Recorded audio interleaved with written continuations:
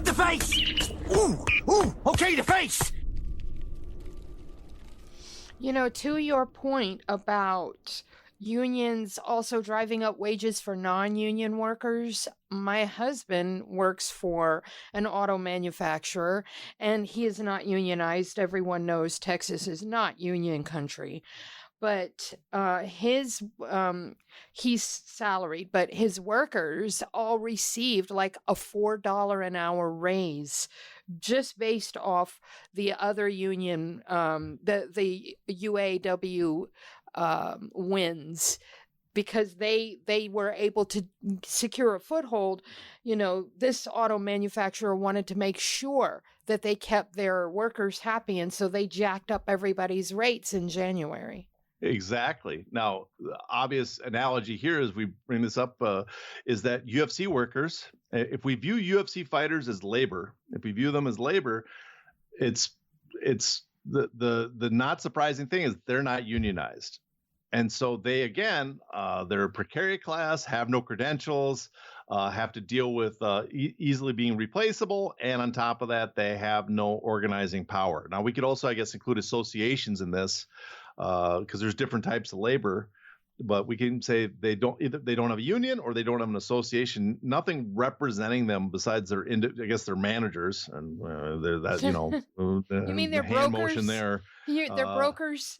Yeah, I'll give a break to some managers, but that'll have to be another episode. But yeah, they have nothing. They have nothing to represent them as solidarity as a class because individually, an individual worker has very little power against a company. But if all the workers are pulled together, again, it's like if anybody have seen the movie Ran by Kurosawa, he has the scene where he pulls out the arrows and has his sons break an arrow and then gives them 3 arrows to try to break, working together.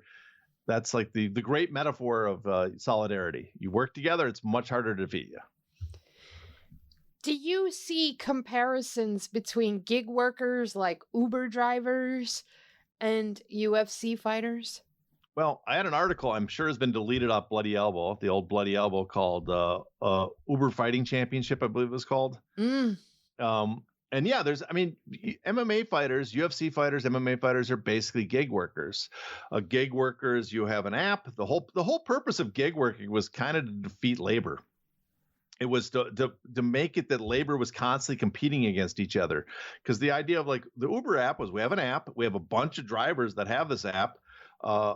Someone wants to be driven somewhere. In the old days, you'd call a taxi driver and there'd be one person assigned to the job. But now we have these Uber drivers and several more working. Let's just ping around until we find someone that will take it for the price we offer it instead of being a higher price. And that way we can keep the prices we are giving the workers lower because, you know, there's many of them always competing against each other. On top of that, we control the information because it goes through an app. It's not paid to them directly. There's no meter like you see in a taxi car, right? And so we can control the information that the driver gets so that's an imbalance of power there so we can keep even more money.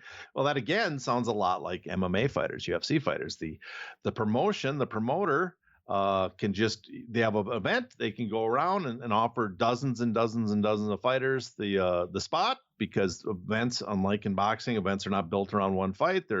UFC puts up a tent pole and then finds the best fights they can to draw an audience. That's much like gig workers, easily replaceable, that the platform is the item that they appear on, they get to work on. And on top of that, they have no Uber drivers have no scarcity. There's no taxi drivers had to have medallion, which was a terrible system, but it limited the number of taxis, right? So they could drive up the rates that way. Uber, I don't even know what the test is to become an Uber driver. I imagine it's super extensive. You basically get the app, you sign up. You have to have a good car. That's one of the things. And they can give you the car, but then they can charge you. They have their own, leasing department that will give you a car at Uber, but then they'll charge you a bunch, or they can rent you the car. So they have a bunch of ways to make money off their drivers. In many ways, like UFC, where the fighters are signing posters and stuff before the event that the UFC gets to keep. To access the bonus content of this episode, you must be a paid subscriber. To do that, go to heynottheface.com www.substack.com and subscribe today.